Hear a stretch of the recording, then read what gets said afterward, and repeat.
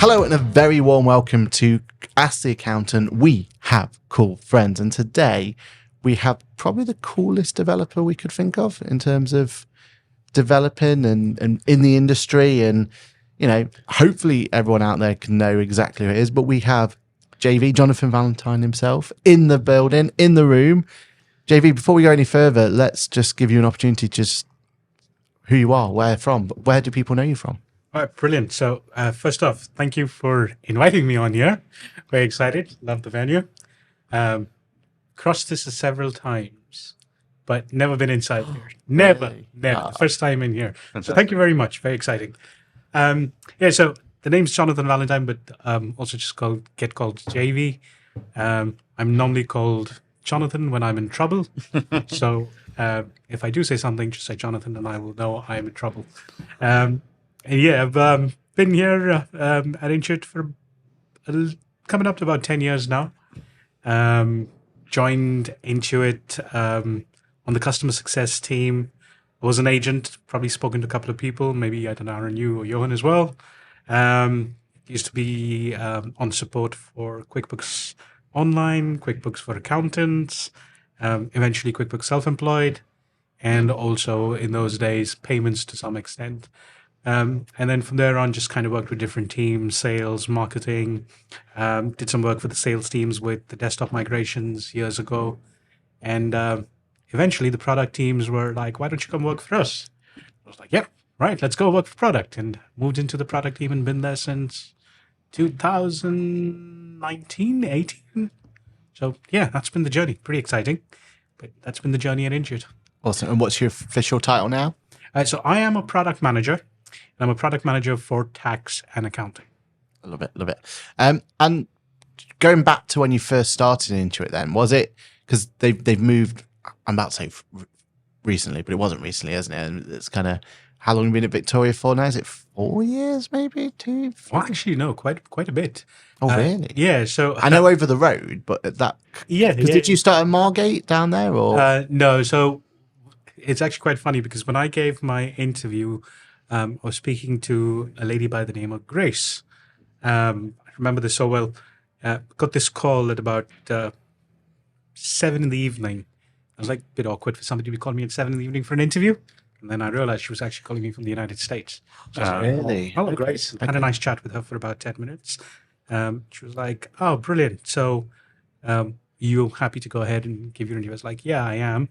But I'm just concerned because it's all the way in Maidenhead and I stay nowhere close to it. So I'm just going to have to figure out how I make my way in. Like, oh, no, I got good news for you. We're moving to London. I was like, oh, brilliant. There we go. Solves that problem. Solves the problem. And they just moved into it. They had just about moved into the London office, I think about 8-9 months. And that's when I moved into Okay. Yeah. And it was over the road, wasn't it? From where it is now? Yeah. Right beside the Westminster Cathedral. Nice little office on the 2nd floor. We're on the 5th floor now, so progressed up. But a brilliant view, nice location. There's always something happening outside the office. Also had the privilege of seeing David Beckham and Ed Sheeran outside the office. So just randomly walking? Randomly walking around. Oh, wow. Okay. Wow. Pretty exciting place. There is always something happening around there. So, yeah. Love it. I remember actually when they were in the old Victoria place, and what I remember about it was really quite that long, narrow bit where trying to cram as many people into as possible, right? And now you're in your new offices now. Office. Oh, it is a lovely office, though, isn't it? It's a fantastic space. It is. I will never forget the first day we set foot into the office and they said, oh, we have a pub. We were like, my God, this is brilliant. Welcome to 21st century working people. Yeah. It's a brilliant office space. It's wide, it's airy, it's spacious. And we've got rooms. We've got meeting rooms. We've got team rooms. We've also got something that I love, which is a lot of white space that lets us just scribble, draw, do things that we want to. And I think a lot of design teams, product teams, and engineers enjoy that. So that is brilliant. Yeah. And we enjoy it as well when we get to go in and walking around like, I have noticed that. What's that written on the wall? damn my NDA. No, it's brilliant. And it encourages for a better working environment, doesn't it? When you've got that airiness and that big space and everything else. Do you reckon that you get enough people in there now? Because I know obviously COVID, a lot of people were walked away. How's it been kind of encouraging them back? Have they done anything different to kind of get people to come back, or is it still work in progress? It's always going to be work in progress. COVID has changed a lot of things, right, in the ways of working.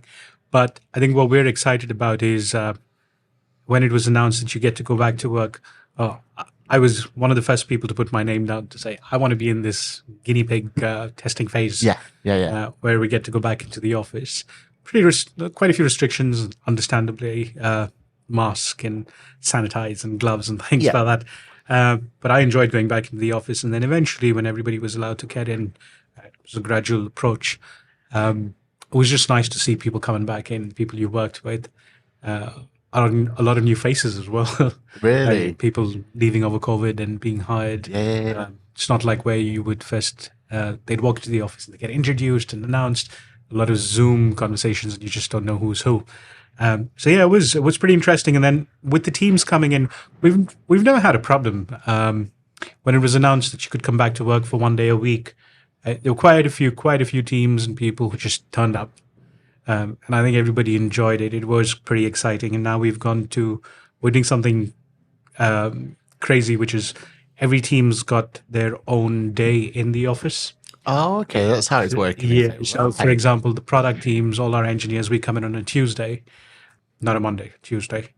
You need to give engineers some time to get over their hangover, which is actually quite surprising. And never knew engineers would be party animals, but they are. So they turn up on Tuesdays. It's the entire product team, designers, engineers, the product managers. But we've also got a lot of sales teams, marketing teams that come in on a Tuesday as well. So it's pretty interesting. Yeah. There's a lot of hustle bustle on a Tuesday, a Wednesday, and a Thursday. And post-COVID, the Thursday is a new Friday. So everybody's out pub on Thursday. A very exciting approach to how we're doing it. Love it. And we just love the idea that you've got your own team days. So you pretty much get everything you want in the office to yourself.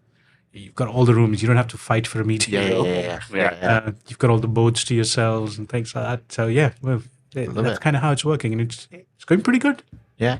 And I suppose being a proper multinational company like, Intuit is primarily America-based, but you've got offices all around.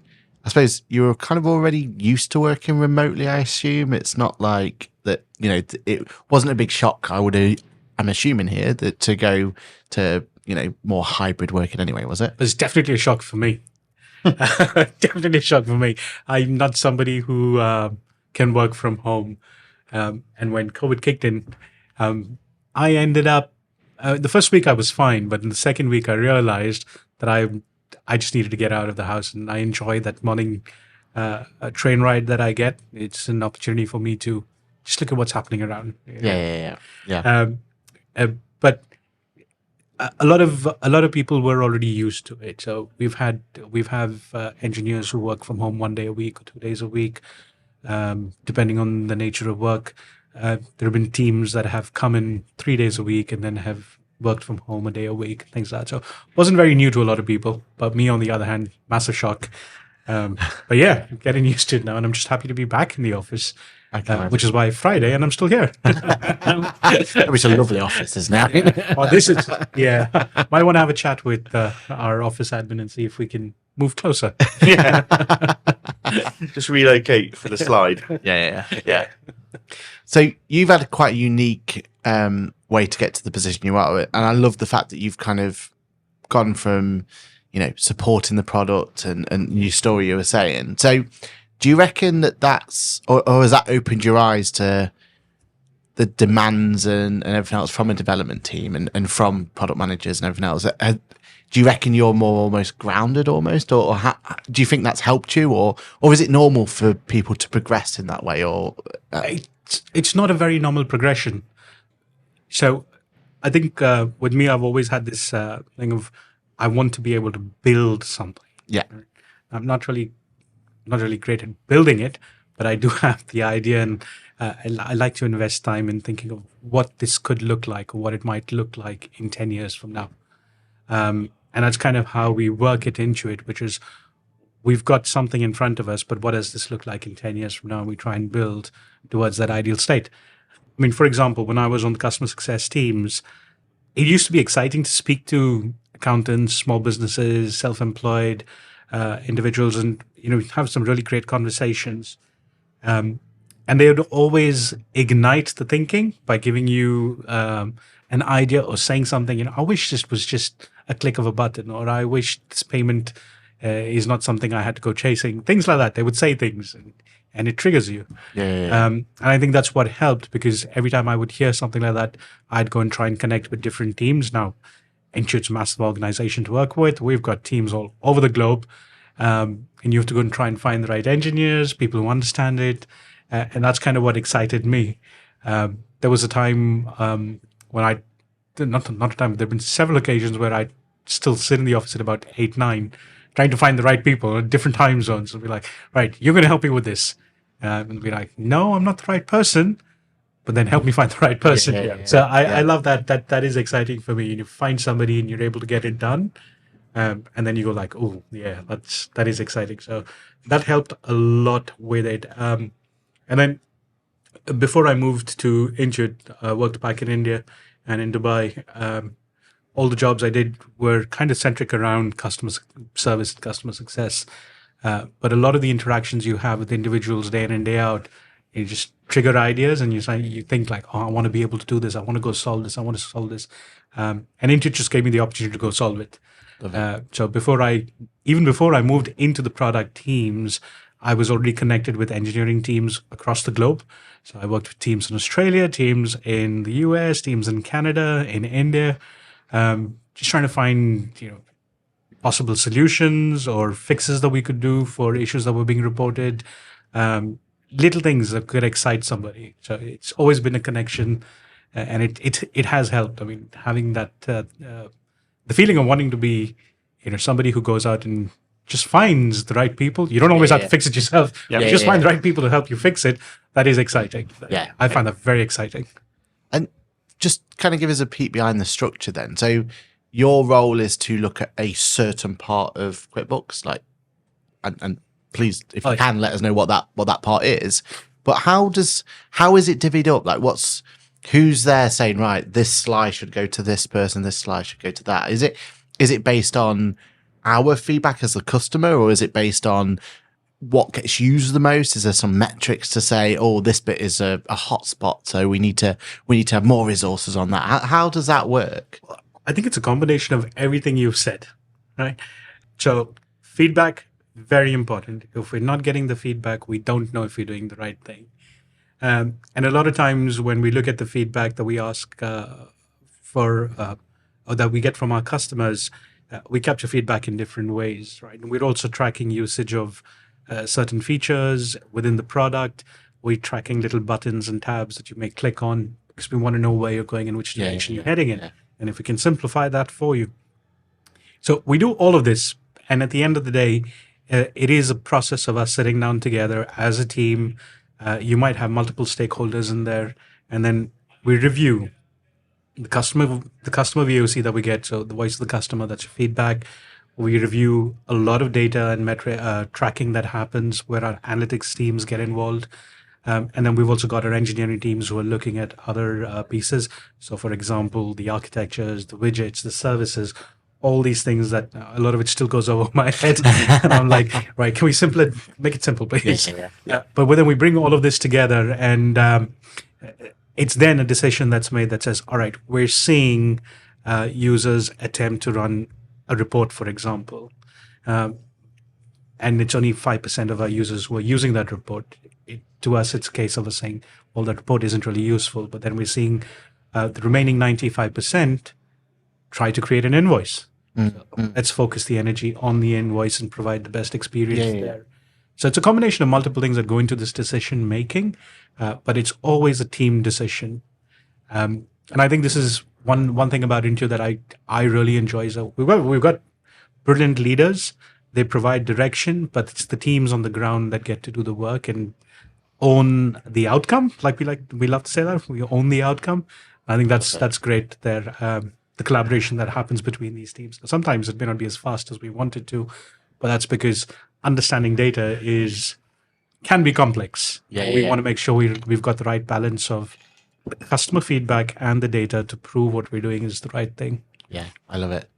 Again, tell us if you're not allowed to say kind of exact numbers or anything, and that's fine. But can you give us a rough estimate of how many teams are there? Like just for QuickBooks. I mean, QuickBooks now or Intuit now is a huge ecosystem, right? There's so many products and it's growing family, and there's more products being added all the time. But if you were just to give a rough estimate for the UK QuickBooks team, like how many different sub teams are there on that one product? Because for us, we log in, it works, it's brilliant. Obviously, some of us talk about it and like it a lot more than than maybe other people in the industry. But it's outside looking in, it's I've heard it many times. It's just a spreadsheet, right? Like how hard can it be? You know what I mean?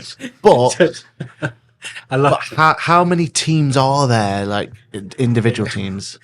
I love it when you say it's just a spreadsheet. Yeah, It's something I tell my engineers as well. It's just a spreadsheet. But yeah, so I don't have the exact number, but if we put it this way, the team that I work with in the UK is a tax team, so we're focused on tax. Yeah. And the tax that we're referring to here is just sales tax. Yeah. Now we support sales tax not just for the UK, but the United Kingdom, Australia, Canada, and the United States. So we're building out a global tax capability. The team here doing that work, if I put everybody together, our designers, analytics, product managers, and all our engineers, we're close to about 50 people. Wow. Yeah. Just supporting sales tax. Yeah. So, I mean, multiply that by the different kinds of taxes. The corporation tax is one which you're aware of. That's a team of about 25, 30 people helping build that. You put all of this together, it's going to be a massive number. I just don't have the exact number. Yeah. And teams are always growing. So the first thing we properly came across you with was your work on working papers. Yeah. Books to tax. 2 years ago. It's been a long 3 years. It has. But I think that's when you and I both came across JV for the first time properly. Working papers wasn't quite where it needed to be at the time, but I think one of the things that we really resonated with was your willingness to take that feedback on, and you were constantly encouraging us to be as blunt and direct as possible. You didn't want us to like dance around it and be a bit airy-fairy. You wanted the honest, open feedback, and that was great. And then you took it away and you actioned it, and we've now got working papers, and books to tax now. How much longer is that project going to keep you busy for? I mean, it seems like it's a never-ending project for you. Yeah, I think they say it's correctly said, right? The only two things that are guaranteed in life are taxes and death. Yeah. And as long as taxes are around, I'm going to be around. You're going to be busy. Yeah, going to be busy. Yeah. It's an exciting journey. I mean, the both of you have been part of it from day one, and I think this is going back to one of the questions you previously asked me as well, Aaron, which was, how do we build these things? And the idea is that we start really scrappy. One of the benefits of starting scrappy is that it gives us the opportunity to build on top of it. Now, sometimes it might feel like we're not building as fast, but I can assure you there is a lot of work happening in the background to make sure we stabilize it. Yeah. And that approach of being scrappy with the very first version helps us also capture the right kind of feedback. Like, for example, when we launched the first version of corporation tax and annual accounts, we said it was going to be only for micro entities, very small segment of customers, limited to businesses that just want to do a 12-month period submission. Yeah. And I mean, I'm quite excited about this because when I see this feedback coming, I'm like, oh yeah, this is brilliant. But the feedback we've been getting since we've launched is we are spot on with what we're doing.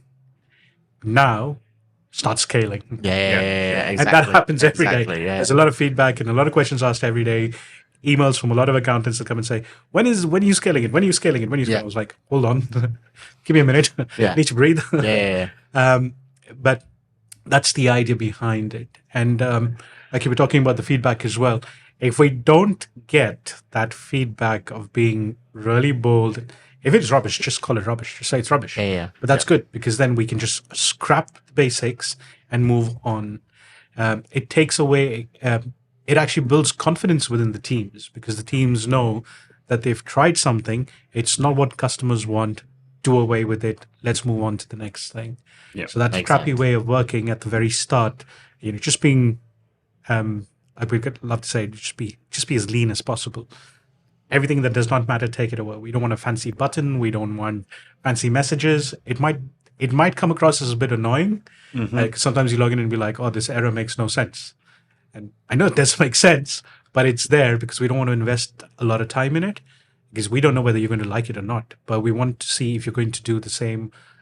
If the biggest thing that matters to you, which is like submitting or getting the accounts done or completing an adjustment, if those things really matter and if you're able to complete those. So that helps with the way we build a product as well. It keeps it exciting Yeah, because definitely. a lot of the time you don't know what you're going to get. And you're just praying for some good feedback. Yeah. You wake up in the morning and you see it and you go like, oh, exciting. If we put the books to tax bit to one side for now, which is still relatively new and scaling and stuff, the bit that has been nailed for about 2 years and I think is completely undervalued and underappreciated by most of the accounting industry and bookkeeping industry is working papers. Yeah. Like you must be proud of what came out of that in the end. Very proud of it. Yeah. Very proud of it. I mean, that's a pat on the back. Yeah. Was that your first major project, would you say, or was there anything else we should? My first major project was being involved with making tax digital for VAT. Oh, wow. Oh, so that went well as well. Yeah. Well done. Yeah. The JV effect. Yeah. So that's where I first got involved with the product teams, and we had an amazing product manager, Devin, who was on board at that time. I was given the opportunity of doing a rotation with the product team. So the first question I got asked is, "What would you like to do?" It's like, I don't know. I want to build something, but I don't know what I want to build. And they said, well, MTD is happening. And I was like, yeah, I know MTD is happening with customer success. And we've been getting people ready, getting teams ready. Said, well, we'd like some help with actually solving the filing for flat rate VAT. Wow. And I mean, flat rate VAT is flat. Yeah. So, I just took it on from there and said, yeah, let's go do it.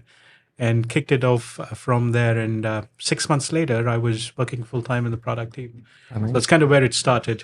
Yeah. But then I was quite happy to be associated with the MTD. It's a great experience. Yes, there are a couple of things that are a bit annoying. And, for example, responses that we get back from government agency APIs or handling authorization and things like that. Yeah. But we've got 95%, maybe more than 95% of our base that have enabled VAT actually use it to submit.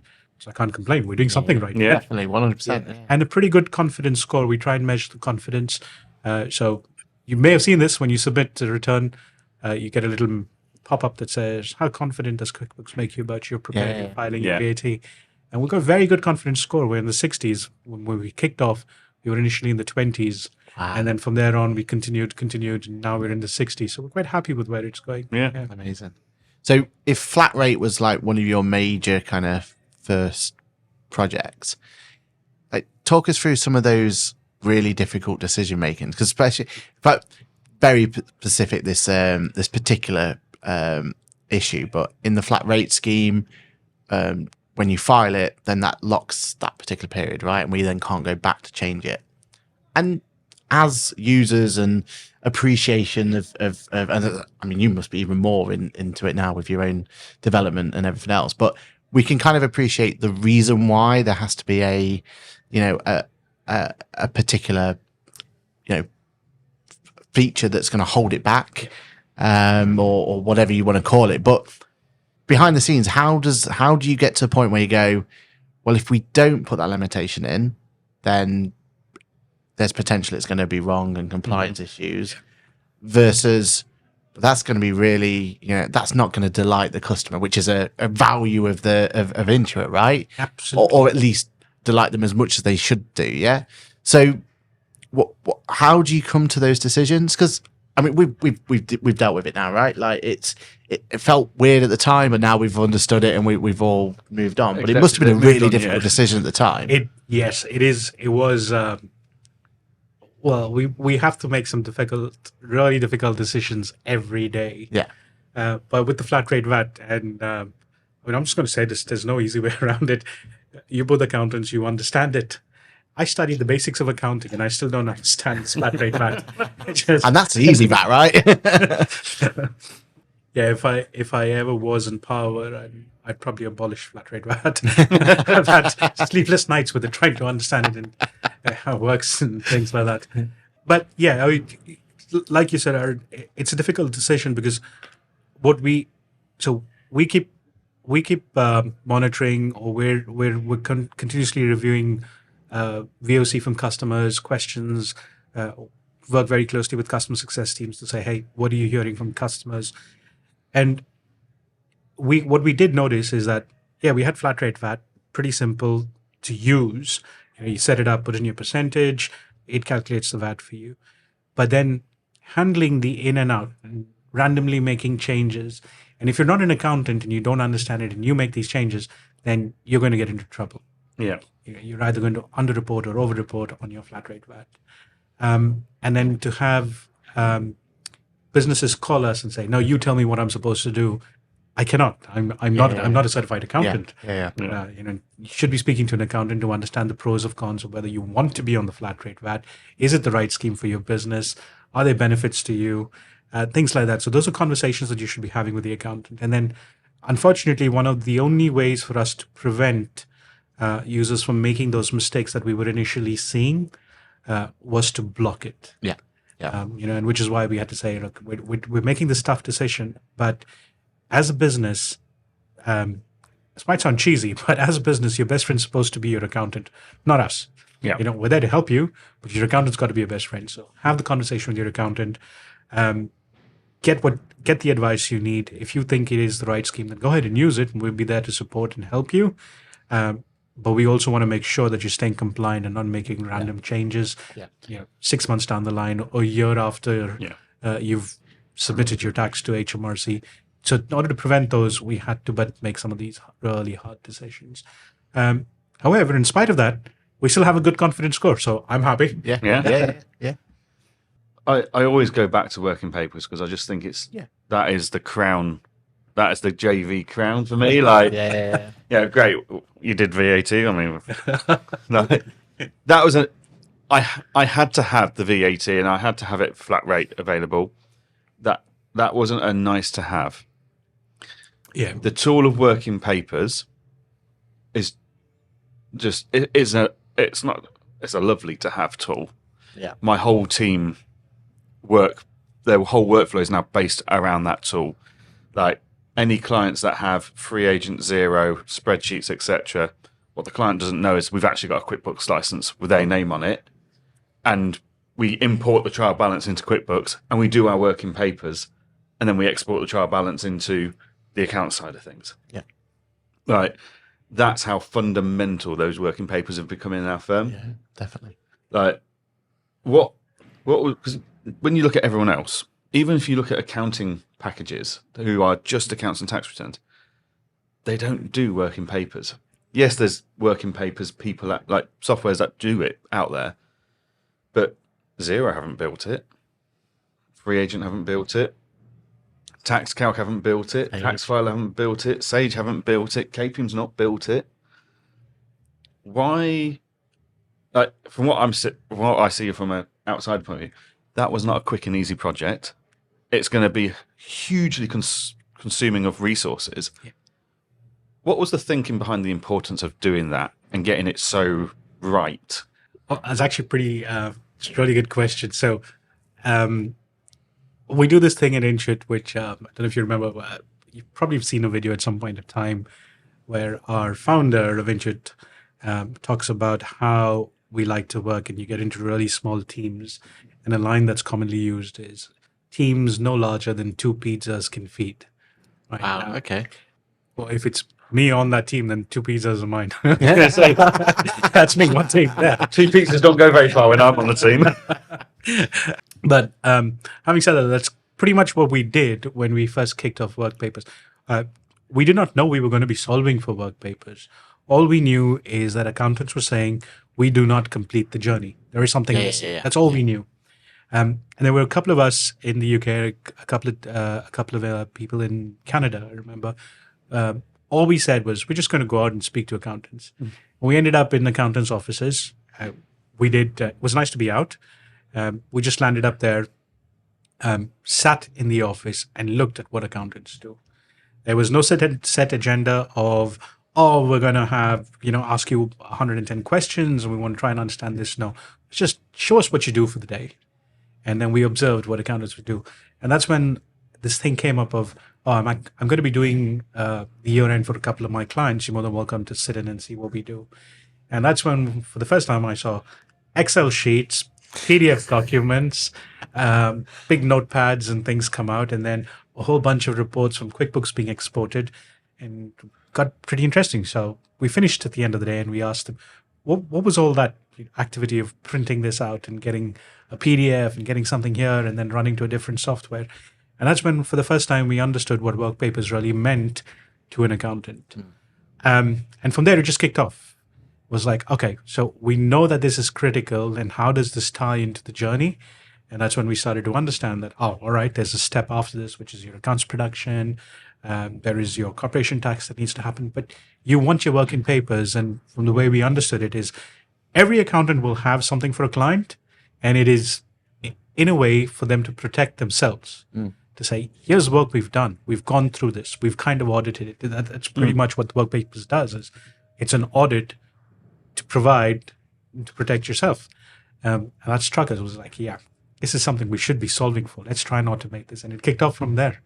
So yeah, very scrappy way of working, and a nice way of being surprised, because we just went out with, we don't know what we're going to learn. Let's go see what happens, and found out it just took a couple of weeks. Yeah. And the first version of our working papers that was built was so scrappy that the 10 users who logged in did not come back. No way. Did not come back. But then when we started to build and we reached out back to these users and started to have the conversations, they were pretty excited about it, and they just jumped in. And that's it. From there, it kind of kicked off. So very exciting journey with it. Just on the working paper side, just love to get your opinion. I don't think you'll find two bigger advocates than us two. Yeah. We talk about it from far and wide. But in your opinion, do you like the fact that, advocates can sit there and, say how good it is? Or there's times where we'll go, but I wish it did this. I wish it did that. Yeah. And we have this list of like wishes and list of things and everything else. At what point, would you be like, I appreciate you want this, but look what you've got. Like, surely you should be grateful for what's there, do you know? And I feel like sometimes we forget that. Comes across my mind as a software co-founder. Yeah. It's like, the moment you launch something new, that's great, but we wanted to do this, and this. Yeah. Can you at least be grateful for an hour before you tell me what you want extra on top? Yeah, because again, massive advocate for work papers. I still have this list of wants and everything else. So from your point of view, though, do you thrive off those, like, or does a bit of you think the amount of blood, sweat, and tears that got to where we are now, can't we just be grateful of what we got now?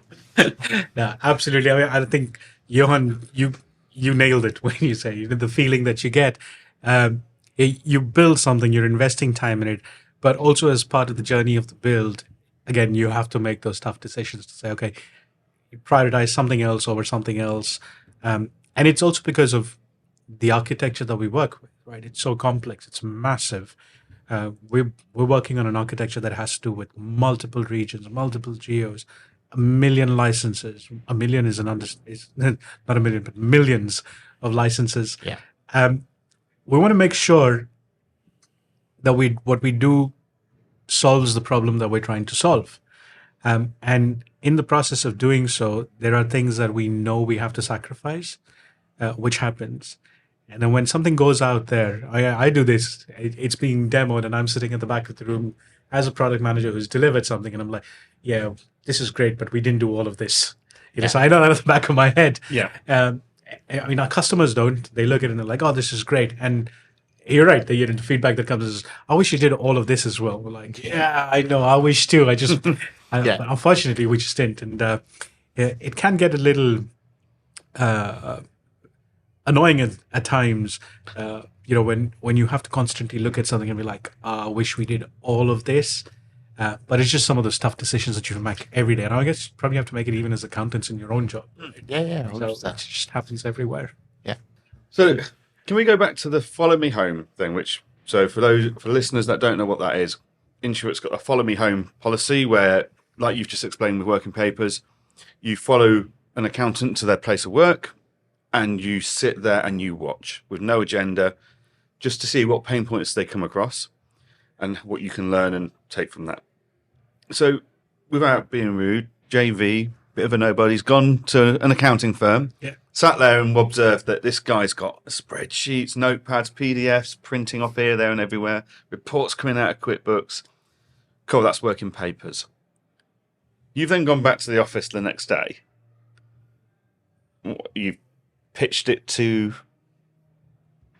your team, to your boss, and said, look, this was the pain point. What's the process? Do they go, well, we can have this limited amount of resources to come up with draft one, or was there a bigger convincing thing to be done first? I mean, I'm sat there just thinking from my own co-founder point of view of software. Our users would constantly feed back information on for our Facebook group and stuff, and we do have to sit there and we go, that's an easy win. Peter will knock it out tomorrow morning, or that's a 2-week project, that's a 4-week project, that's a 3-month, whatever it is. Or is that a priority based on the number of users that we're benefiting from it? I've got to sit there with Andy and make those decisions with Peter's support and of estimates and time. That's a relatively easy thing for the three of us to jump on a Zoom call and do because of our scale. What does it look like in QuickBooks? Yeah. For you to go from, so that's called working papers. And we could probably build something like that. Yeah. Where did it go from there? High level, we don't give away the trade secrets, obviously, but just as a high level kind of process, the fact that I think it's incredible that Intuit, a multi-million pound business, has sent ultimately an employee to watch someone at home in their office. They've come back and a whole new feature, and all these resources have been spent on building this from the word of one person, in effect, or the word of 3 or 4 people that might have observed it. That's a huge commitment, even for a company their size, based off that. And I think there's a huge value and culture thing there. But go on, take us through at a high kind of level. You've just come back to the office, you've seen what this accountant was doing for working papers. Then what's the process? So first off, follow me homes.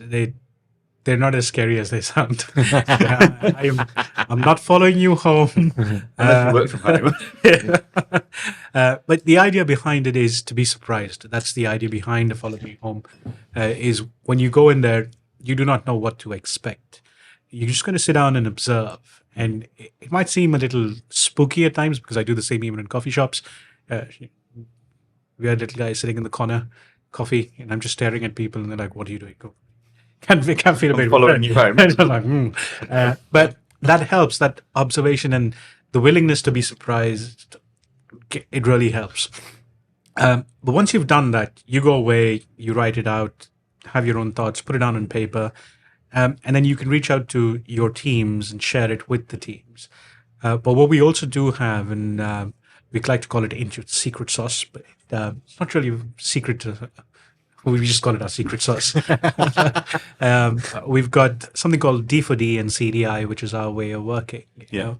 You've probably heard of it on several I occasions. had a session about it yesterday. Yeah. Oh, there you go. So the CDI, which is the customer-driven innovation, is the first part of the process for us, and that's where you try and find people who've got some time that they can spare, people who are excited about something like this. You might come across an engineer who already has an idea, who has observed it. You just ask the question. We've got Slack channels that you can reach out to on anybody and just ask. And I think that's the best part about it is nobody's going to get angry with you for asking. They say, hey, we came across this. We think this might be a problem. We'd love to get some help. And you'll be surprised by the number of people who'd want to help. They just jump in. I got time. What can thing? And this is from people from all over the globe.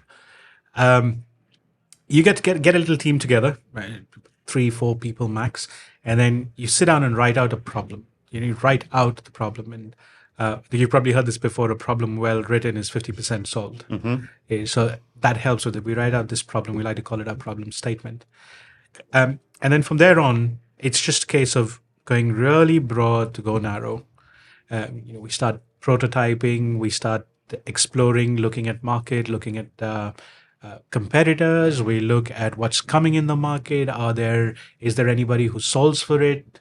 Because if somebody's already solving for it, then why aren't people adopting it? What's happening? What is the block? Where is the gap? And we go through this process. Now that could take a few weeks, it could take a few days, sometimes it could even take a couple of months. But once we're able to validate that this is genuinely a problem, we then start getting into the next steps, which is let's bring a couple of customers together. Let's try and understand how this works. And from there on, the journey kicks off. The great thing is I don't have to go to my manager and say, here's what I'm doing. No. We've got what we'd like to call our innovation catalysts, which are people that are trained in this process and have been part of delivering features or working with teams that have delivered features. Not just with the product, but it could be engineering, it could be design, it could be marketing. These innovation catalysts may even come from a background where they've never really had any involvement with product or development. And that's good because they come with a very different insight. And that triggers a lot of thoughts, which goes like, oh, what do you think? What do you think can happen? And you start working your way from there. That's at a high level, that's pretty much the process that it goes through. But like I said, the first big step after the follow me home is going broad to really understand if it is a problem. If it's not a problem and if it's something that just can be solved with pen and paper, then why would you want to solve it? Yeah, definitely.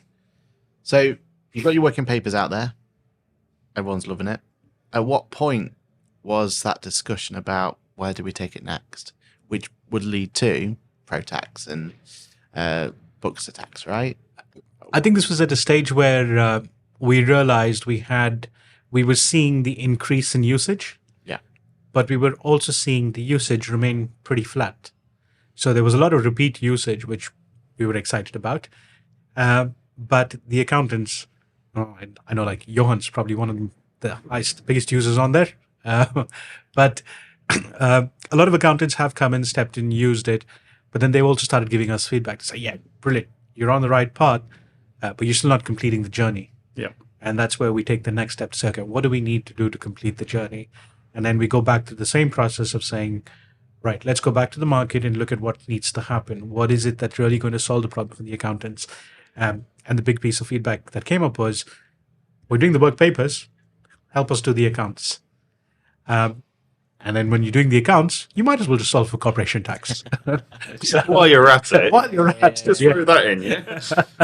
But that made logical sense because the work papers gave us the foundation that we wanted. Yeah. And now we know what we're building is going to help us complete the gap. It's just a case of us now accelerating as much as we can to deliver it even faster. But I think that's the exciting part because the pressure's on. Yeah. And I think the exciting part as well from a user point of view is, without giving too much of the secret sauce away or how it was done, but the ProTax element was adopted from a different part of Intuit, right? Yeah. Different region.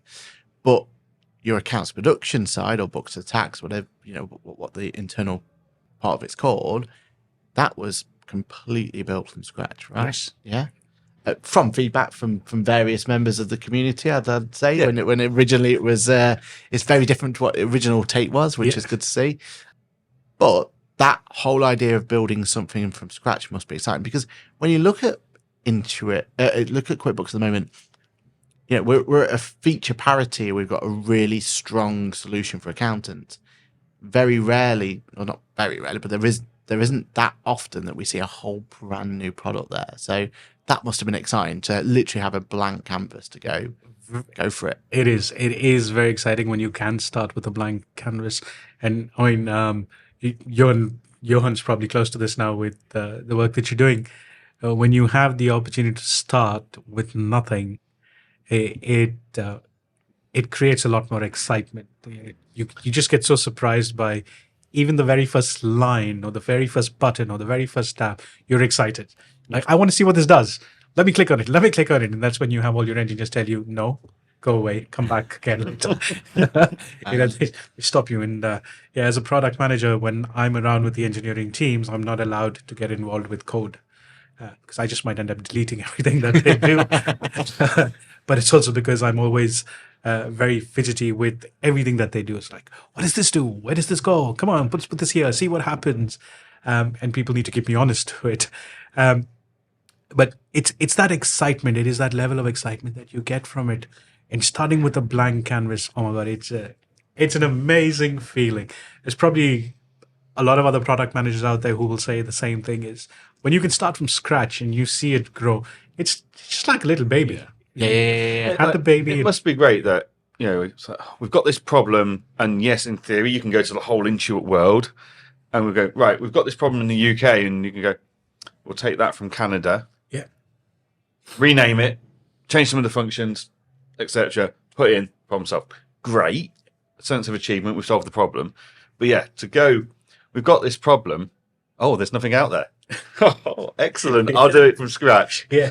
I've worked in different places, different countries, 2 different countries, but I've never come across an organization that has this nature within them that says, there's a lot that we have at Intuit that you can reuse and repurpose. And that's exactly what we did with books tax, corporation tax. We went to our teams in Canada, got an amazing filing engine. We said, let's bring that to the UK. Yeah. And that solves part of the problem. But it also gives you the opportunity to start from scratch, because the mindset that we're working with is, hey, we're a 40-year-old startup. That's the idea we're working with. Yeah. It is, if you're a startup, you start from scratch. Yeah. And you're allowed to do all of this, which makes it even more exciting in the journey. It's I speak to a lot of product managers in either India, back home. I've got friends in product, got friends in different parts of the world within the product space, and a lot of people will always actually say, "Oh man, Intuit, you guys do things differently." And it's amazing to be part of that the different way of working. It's very exciting, yeah. And I suppose it works the same way though. It works backwards though. At some point in America, Canada, Australia, somewhere like that, someone's going to turn around and go, "We've got this problem. Yeah.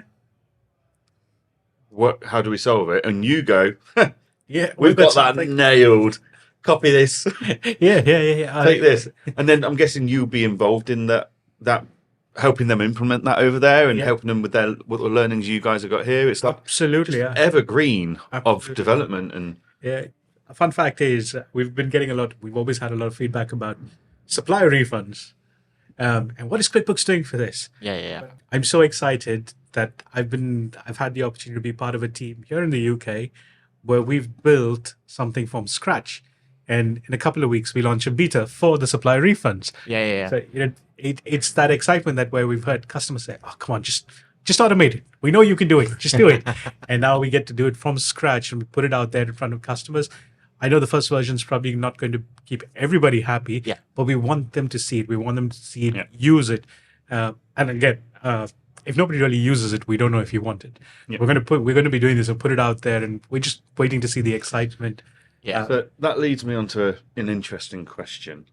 So there's a bit of a myth and a legend out there and it makes sense in my head as a business owner, that you allocate resource based on use. So if you launch a beta for supplier refunds, and it's not adopted by the community, it's not used, how much more resource is there to push it? Or what's the decision process between, do we drop it because actually it's not the pain point we thought it was, and we just leave it where it is? Or the reason it's not being used is because it still needs to do X, Y, and Z, and for that reason we need to allocate more resources to get the uptake on it? Because I'm guessing you guys have got heat maps, and you know what is and isn't working, where the clicks are, and all the analytics.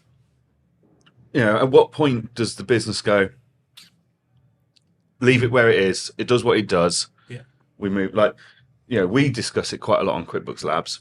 We've got this myth in our heads that, well, that's been turned off, so obviously no one used it, even though personally we loved it. It just didn't have the user following it needed. You know, like customized invoice templates or QuickBooks Labs as a feature, you know, the dark mode, light mode, or whatever else was in there. We've always gone on the assumption is that, well, maybe they've just turned it off because it wasn't popular. It's a very good point. So you'd probably remember the option to import custom templates. Yes. Yeah, exactly right. Yeah. A subset of people were exceptionally passionate about that.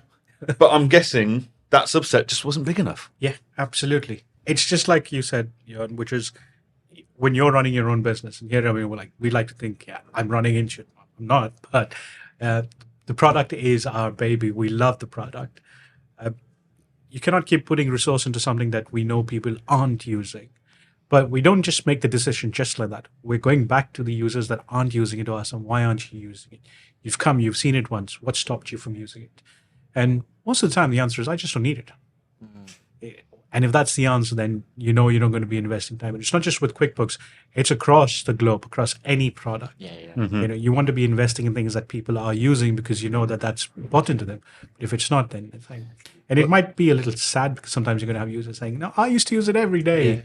But there are other ways to solve those problems as well. So it's a tough decision, but it's a decision that's backed by data and the customer feedback.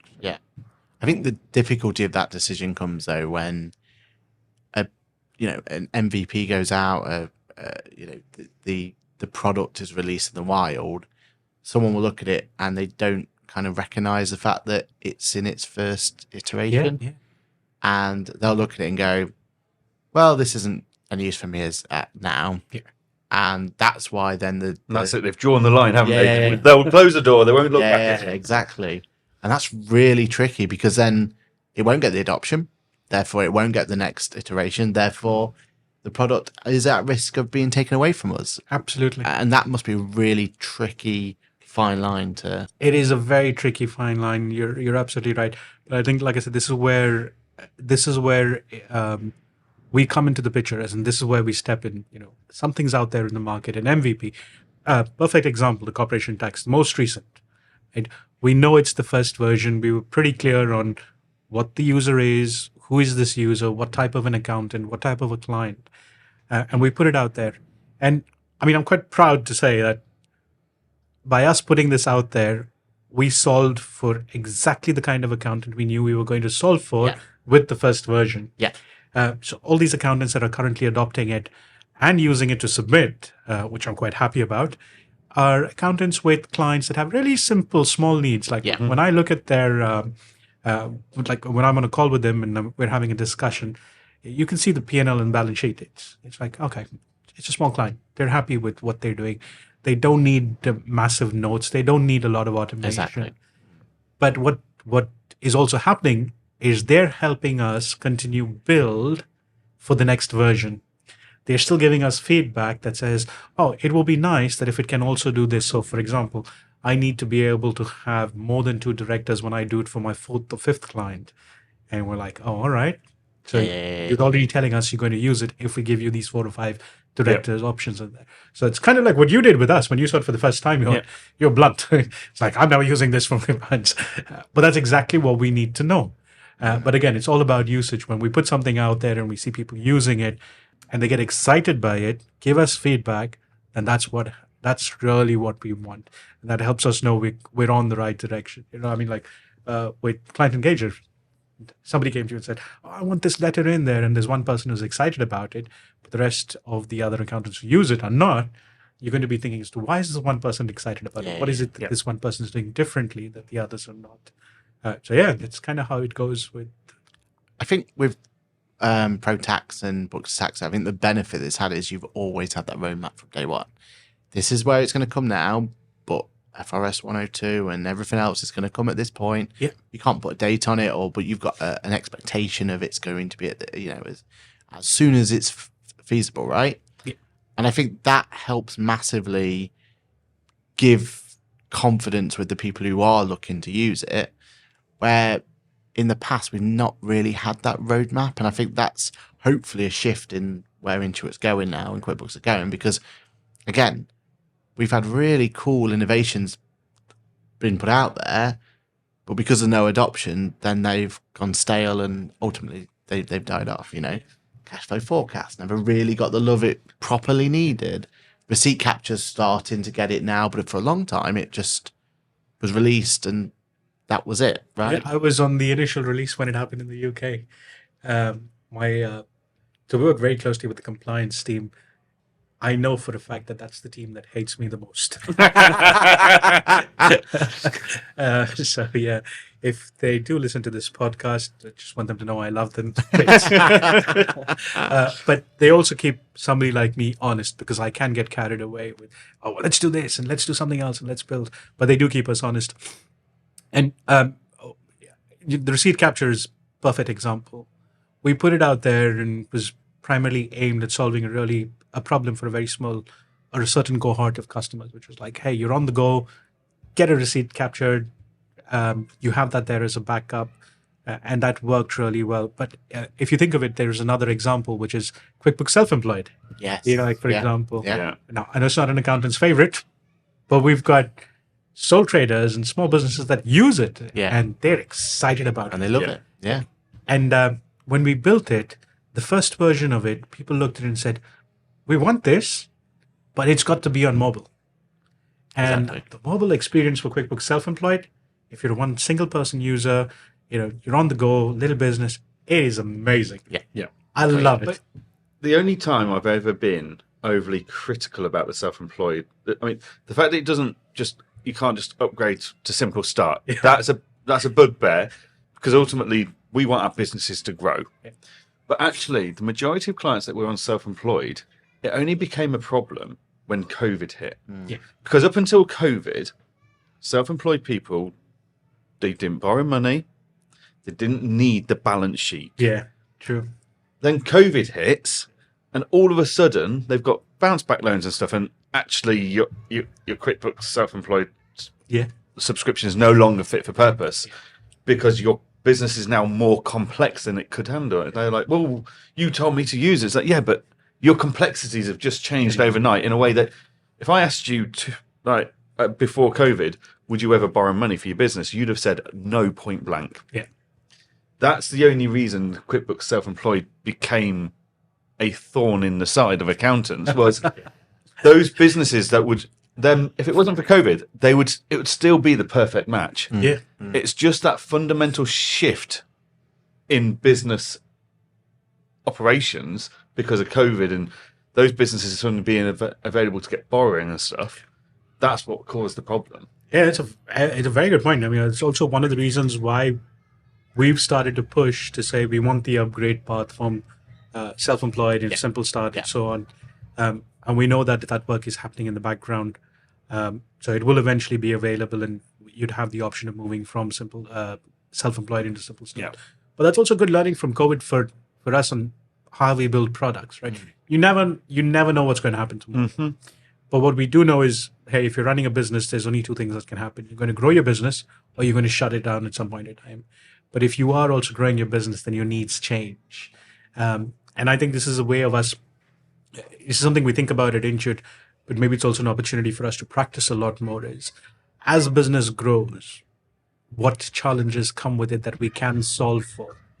And it's thinking, it's a mindset that needs to be adopted globally Not just in UK, but across the world, different products. I mean, it'd probably be the same with Client Engage as Yeah. well. Hey, we're growing. What do you need next? Yeah. What can we do that's going to solve a problem or minimize the effort that goes into a transition from one to the other? Things like that. But yeah, that's, I mean, yeah, you're already putting thoughts into my head now. So it's like I need to go back and have a conversation with somebody at work. Well, on that note, Yep. rather than a question, I think a summary from me would be the fact that we've proven a myth about our thoughts about resources. And if you love a product, don't just tell QuickBooks that you love a feature in their product.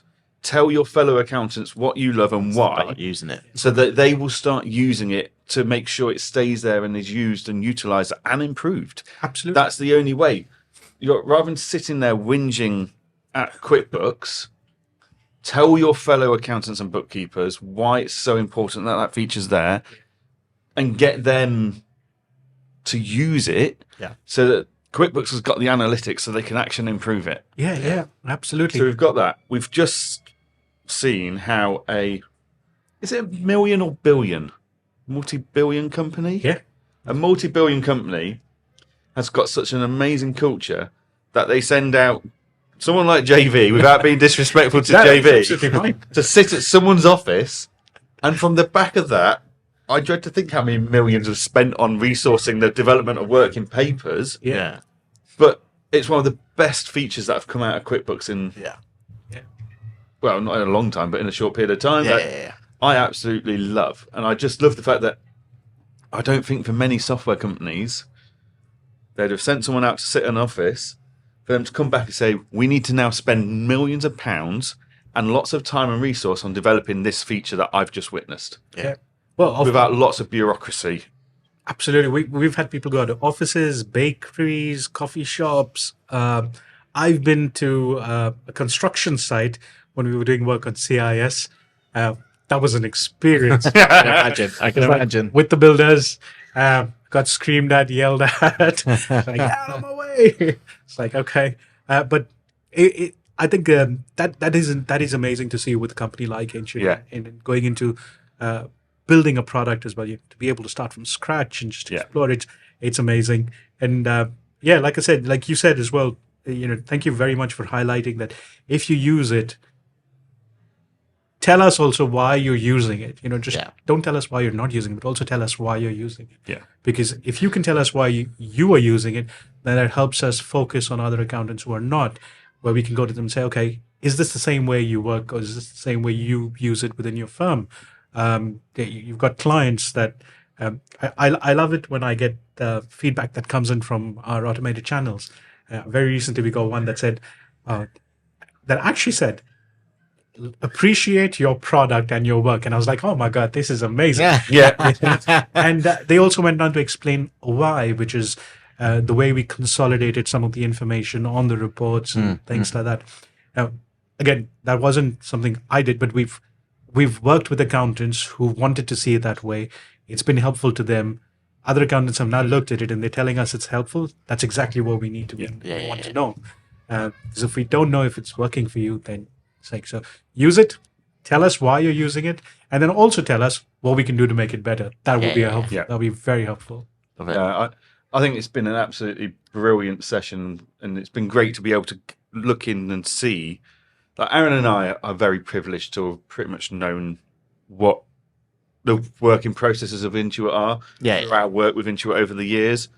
But I'm hoping that our listeners and watchers are going to be able to go, that makes more sense now. Yeah. I now know as a bookkeeper or accountant what I need to do to look after, to make sure my favorite feature gets the loving it needs. So yes, but absolutely fantastic session. Thank you so much. Thank you for very much. Thank you for the opportunity and having me here. And I will leave with saying, you guys do an amazing job. You get the accounting industry excited, but we'd also like to see other accountants get involved with us. Doors are always open. You know where the office is. Just tell us you're coming in. You want to have a chat about CIS, employee refunds, VAT, corporation tax, whatever you want to. And we're there. So by all means, yes. Awesome. So before we do go, though, plug away. I mean, there's some new updates coming for Pro Tax, isn't there, coming soon? So Yes. plug. So we recently had launched the ability to refile your corporation tax, just about 2 weeks now. Yep. Which is good. I mean, I'm hoping it doesn't get used a lot because then that's going to say something's happening.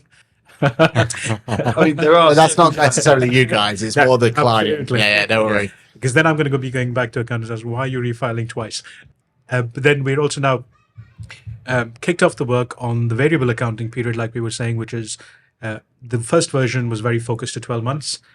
So in a couple of weeks, we will be making an announcement on the dates and timelines for what we call the variable accounting period, which is non-01 start dates and accounting periods that are less than or more than 12 months.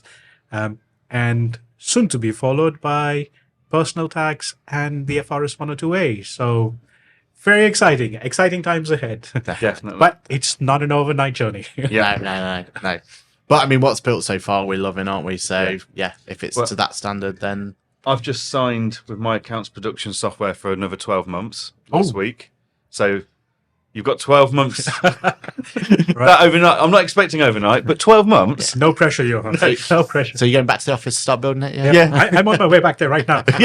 Johann's giving us 12 months. Let's get this done.